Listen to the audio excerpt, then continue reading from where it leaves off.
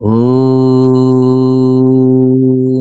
भूर्भुवः स्वः तत्सवितुर्वरेण्यं भर्गो देवस्य धीमहि धियो यो नः प्रचोदयात्।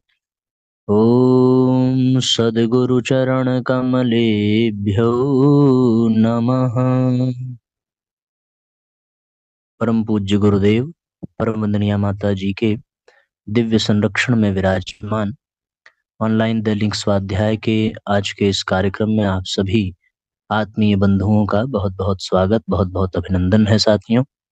आइए हम सभी आज के सत्र का शुभारंभ करें। पंचम अध्याय प्रज्ञोपनिषद के 6वें खंड का हम लोग पढ़ रहे थे, जिसमें यज्ञ की महिमा और यज्ञ से होने वाले प्रत्यक्ष और परोक्ष लाभ पर हम लोगों ने कल स्वाध्याय किया था।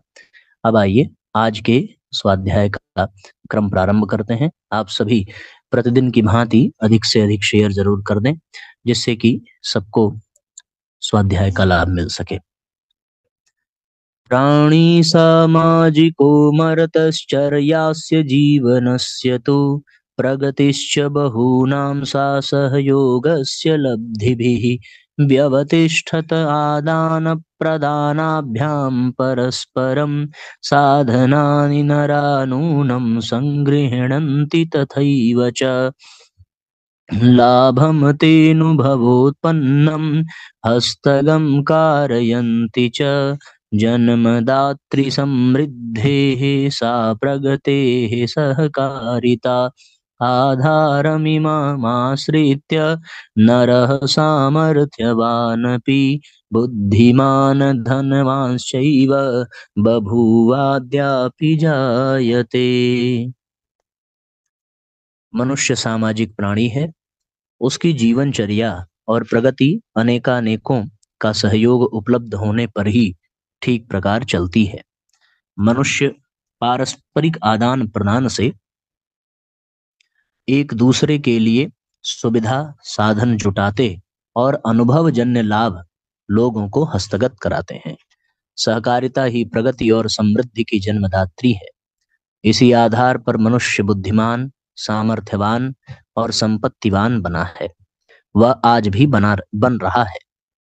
समुदायानुदानेऽस्मिन् पशूनां पक्षिणामपि योगदानं न हि न्यूनं विद्यते सुमहास्तथा सहयोगोऽस्ति वृक्षाणां येषामेवानुदानतः मानवः प्रगतिं याति जीवत्यपि महीतले एभ्यो लभ्यो भवत्येष प्राणवायुः सदैव तु आहारो बीजपत्रादिकन्दप्रसवरूपतः प्राणिनः प्राप्नुवन्त्यत्र मेघाकर्षणेन च वर्षत्येषां च मूलानि जलं रुन्धन्ति भूतले खाद्योर्वरां धराशक्तिं पत्रैः प्राप्नोति सन्ततं तद्दत्ता तद्दत् तद्दत्तानीन्धनानीह भवनानां विनिर्मितौ विना नैवेन्धनैः कार्यं सिद्ध्यन्त्यन्नानि तान्यलं वस्त्राण्यपि ददत्येते वनस्पतय उत्तमाः।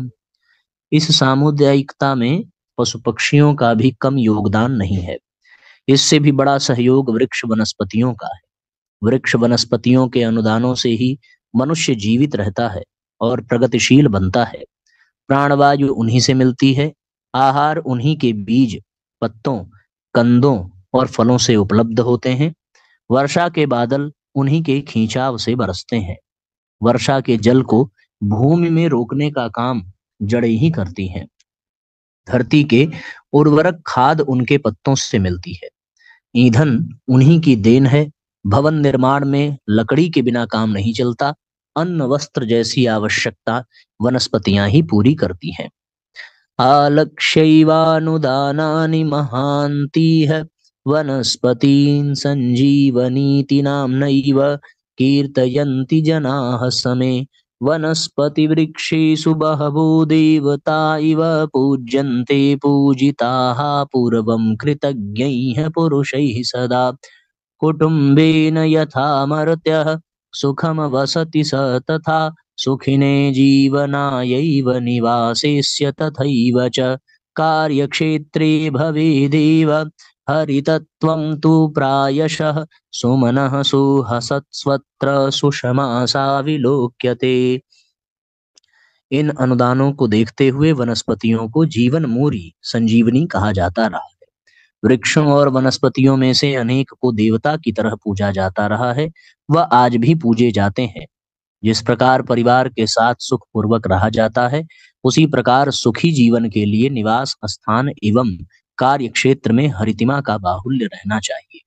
हंसते हंसाते पुष्पों में शोभा सौंदर्य का भंडार माना गया है। यहाँ पे वृक्षों और वनस्पतियों की बातें पूज्य गुरुदेव लिखते हैं कि किस प्रकार से वृक्ष वनस्पतियां मनुष्य जीवन के लिए कितने उपयोगी हैं। अभिवर्धनमेतेषां परिपोषणमप्यथ संरक्षणं कथं कार्यं वृक्षादीनां विधाव्यः ऋषयो ज्ञानमापुस्ते गहनं चक्रुरत्र च उद्यानानां नृभिः सार्धं स्थापनां स्वयमप्यथ वनस्पतिभिरावास प्रेरणां ऋषयो ददुः साधारण साधारणेभ्यो मर्तेभ्यो वसन्तः तैः सह स्वयं कारणं चेदमेवास्ति यदृषीणां वनौकसाम् आवास।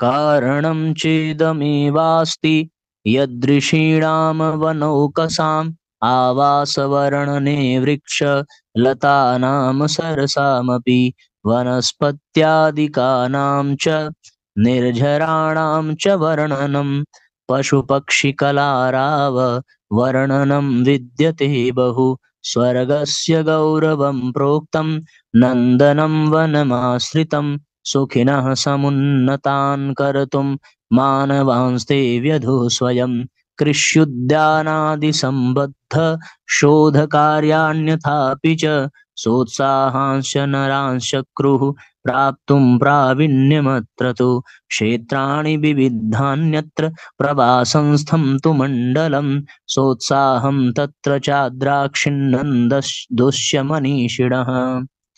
वृक्ष वनस्पतियों का अभिवर्धन परिपोषण संरक्षण कैसे किया जाए, इस विधा की ऋषिगण गहरी जानकारी प्राप्त करते रहे हैं।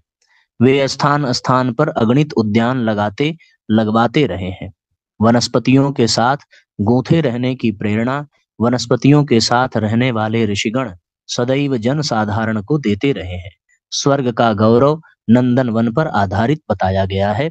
मनुष्यों को सुखी समुन्नत बनाने के लिए उनने कृषि उद्यान से संबंधित अगणित तथ्यों की खोज और उस कला में प्रवीणता प्राप्त करने के लिए जन जन को उकसाया। इस कार्य में प्रयुक्त हुए अनेक क्षेत्र प्रवास मंडली ने उत्साह पूर्वक देखे और सभी मनीषीगण अति प्रसन्न हुए। वनस्पतियों और वृक्षों की शोभा भी नंदन वन के क्षेत्र में देखने को मिलती है, जिसका वर्णन यहाँ पर साथियों हम लोग सुन रहे हैं। नारदो दर्शयामास तानि स्थानानि तत्र च असंख्यानि तो ये स्वत्र क्षेत्रे भुवन बहुन्यहो अनुसंधान कार्याणि यज्ञ विज्ञान गानि च तद्वनस्पति विज्ञान संबद्धान्यपि संततम् तत्प्रयोजन हेतुश्च यत्र जातानि तानि तु आयोजनानि सोत्साहै राप्तो लाभो नरैरपि ऊर्जो विज्ञानगः प्रोच्य उपयोगः कथं कियान् अग्निहोत्रैस्तथा यज्ञैस्तत्रा क्रियत शोभनः तस्याधारेण संसारः कियन्तं लाभमाप्तवान् इतिहासमिमं सर्वं श्रावयामास नारदः तत्प्रयोगाभिसम्बन्ध क्षेत्रमस्याक्षिगोचरं मण्डलस्य व्यधात् तत्र नारदो यर्हितर्हिते सदस्या मण्डलस्थास्तु परमानन्दमाययुः पर्यवेक्षण यात्रायां संतुष्टास्ते विशेषतः। नारद जी ने उन अगणित स्थानों को भी दिखाया जहां इस क्षेत्र में वनस्पति विज्ञान तथा यज्ञ विज्ञान के गहन अनुसंधान होते थे, जहां उस प्रयोजन के निमित्त बड़े बड़े आयोजन हुए और अनेकानेक ने उत्साह पूर्वक लाभ उठाए। ऊर्जा विज्ञान का उच्च स्तरीय उपयोग अग्निहोत्र एवं यज्ञादि द्वारा किस प्रकार किया जाता रहा और उस आधार पर समस्त संसार को कितना लाभ मिला, यह इतिहास देवर्षि नारद द्वारा सुनाया गया तथा उस प्रयोग से संबंधित अनेकानेक स्थलों क्षेत्रों का दिग्दर्शन कराया गया। तो प्रवास मंडली के प्रत्येक सदस्य को बहुत आनंद मिला और उस यात्रा पर्यवेक्षण पर विशेष संतोष हुआ। दिनं परिणतं दृष्ट्वा खाद्य चिंता तथैव च योग्यावासस्य चिंतापि समायाता तु सम्मुखे उभयोश्च समाधाने सूर्येस्ते स्थगिता समयः यात्रा नित्यविधिं कृत्वा रात्रिवासं व्यधुः सुखम। दिन ढलने लगा तो खाद्य पदार्थ ढूंढने और रात्रि विश्राम के लिए उपयुक्त स्थान खोजने की चिंता होने लगी। दोनों ही साधन जुट गए तो सूर्यास्त होने पर यात्रा को विराम दिया गया। नित्य कर्म से निवृत्त होकर मंडली के सदस्य सुखपूर्वक रात्रि बिताने लगे। इति श्रीमद्प्रज्ञोपनिषदि देव संस्कृति खंडे ब्रह्म विद्यात्म विद्ययोः युगदर्शन साधना प्रकटीकरणयोः महर्षि नारद प्रतिपादित यज्ञ विज्ञान वनस्पति विज्ञान इति प्रकरणो नाम पंचमो अध्यायः। अथ षष्ठो अध्यायः आत्मशोधन प्रकरण। इस प्रकार से साथियों यज्ञ और वनस्पति विज्ञान का यह अध्याय पूर्ण हुआ, जिसमें हम लोगों ने वनस्पति की महत्ता, यज्ञ की महत्ता को बहुत विधिवत समझा और नारद जी ने उन सब लोगों की बात को बताया। आत्मशोधन का प्रकरण हम लोग 6वें अध्याय में प्रारंभ करेंगे। आइए इसका भी प्रारंभ का कुछ श्लोक देखेंगे, तब स्वाध्याय को पूर्ण करेंगे। खष्टस्य दिवसस्यात् प्रवासे मण्डलस्य ते सदस्याः साभिलाषा सञ्जाता ज्ञातुमिदं कथम् वैभवं वर्च एवापि मानवोचितमुत्तमं प्राप्तुं शक्यं कुतो येन सुखिनः स्युः समेप्यलं तत्परत्वस्य यद्देश आकाङ्क्षायाश्च विद्यते परिमाणस्तदा परिणामस्तदा त्वेते सर्वे स्वत्र तिष्ठतः इच्छायामपि सत्यां च साफल्यं यान्ति नो जनाः प्राप्तुमेतत् कथं सर्वे कारणं किं च विद्यते अनुग्रहोऽयं दैवश्चेत् समदर्शितया ततः भगवतो मानवैः सर्वैः प्राप्येतैव सुनिश्चितं प्रगतेरिक्षुकाणां च समृद्धेरपि ते कथम् असंख्याः सन्ति साफल्यहीनास्ते दुर्मनायिताः समानाः स्थितयः सर्वै प्रायः प्राप्ता अपीह च न्यूनाधिक्यतया चित्तं शरीरं च समं नृणाम् अनुन्नतस्थितावेव केषाञ्चिन्तु नृणामिह केषाञ्चित् प्रगतेरुच्च शिखरेऽत्र स्थितिस्तदा पतनस्य पराभूतिर्यन्त्रणा सहनं नृणां कथं भवति तत्सर्वं रहस्यं ज्ञेयमेव तु नृणां चित्तगते ज्ञाने निष्णातो नारदो मुनिः मण्डलस्य सदस्यानां जिज्ञासां प्राप्य चाह सः। छठे दिन के प्रवास में मंडली के सदस्यों को यह जानने की अभिलाषा हुई कि मनुष्योचित वैभव वर्चस्व किस प्रकार कहाँ से उपलब्ध होता है जिससे सभी सुखी हो सकते हैं। यदि यह आकांक्षा और तत्परता का परिणाम है तो वह सभी में रहती है, फिर लोग इच्छा रहते हुए भी सफल क्यों नहीं होते। यदि वह दैवी अनुग्रह है तो फिर भगवान के समदर्शी होने के नाते वह सभी को समान रूप से क्यों उपलब्ध नहीं होता। प्रगति और समृद्धि की आकांक्षा करने वालों में से क्यों असंख्यों को मन महसूस कर असफल रह जाना पड़ता है। परिस्थितियां न्यूनाधिक मात्रा में सभी को एक जैसी उपलब्ध हैं। शरीर और मन की संरचना भी प्रायः मिलती जुलती ही है। फिर किसी का पिछड़ा स्थिति में पड़े रहना, किसी का प्रगति के उच्च शिखर पर जा पहुंचना और किसी का पतन पराभवजन्य यंत्रणाएं सहते रहना क्यों कर होता है। यह रहस्य जानना चाहिए। जन जन के मन में जन जन के मन मन की बात जानने में निष्णात महाभाग नारद जी ने मंडली के साथियों की जिज्ञासा का आभास पाया और मुस्कुराते हुए बोले। नारद उवाच नैव भाग्य विधानस्य विधि शोच्य कदाचन भवद्भिर्न विचार्यं च यन्मन्त्रस्याथवा पुनः देवस्य कस्य चिक्षिन्न चमत्कारेण वाञ्जसा नरः साफल्यमाप्नोति वैभवं चातुलं तथा प्राप्यते यत् पौरुषस्य फलं तन्मन्यतां ध्रुवम् पुरुषार्थेषु मुख्यं तदात्मशोधनमुच्यते जन्मान्तरकुसंस्कारान् दूरीकर्तुं निजात्मना तप आदाय संघर्षः कार्य एवं नरैः समैः आकांक्षा मान्यतास्वत्र प्रकृतिस्वपि संगतैः पशुस्तरैर्निकृष्टैस्तैर्भावा वैरमत्यावृता इह चक्रव्यूहे च तस्मिंस्ते स्पर्शिताश्च ब्रह्मन्त्यलं यत्र वृषभतुल्यास्ते शर्म विन्दन्ति नो क्षणं न चैवं प्राप्नुवन्ति ते किमपीप्सत मोत्तमं मानवं जीवनं येन भवेत् सार्थकमन्ततः।